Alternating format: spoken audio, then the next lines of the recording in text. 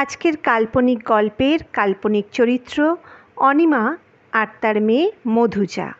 মধুজা বয়স ২৬ বছর, আইটি সেক্টরে কাজ করে। বাড়ি ফেরার পথে ইফটিজিংয়ের শিকার হয়। মধুজা তার অপমানিত হওয়ার কথা যখন তার মা অনিমার সাথে বলে, অনিমা মধুজাকে নিয়ে থানায় যায়। থানার ডিউটি অফিসার অনিমাকে রিপোর্ট লেখাতে বারণ করেন, বলেন এতে আপনার মেয়েরই বদনাম হবে। আর তাছাড়া যে 5টি ছেলের কথা আপনি বলছেন তারা কিন্তু খুবই প্রভাবশালী। অনিমার সিদ্ধান্তের দিকে মধুজা তাকিয়ে থাকে। মাঝ রাস্তায় যেভাবে মধুজা ওই ছেলেদের দ্বারা অপমানিত হয়েছে সেটা কোনোভাবেই ও মেনে নিতে পারছে না। অনিমা কিছুটা চিন্তা করেন আর ডিউটি অফিসারকে বলেন, আপনি রিপোর্টটা নিন।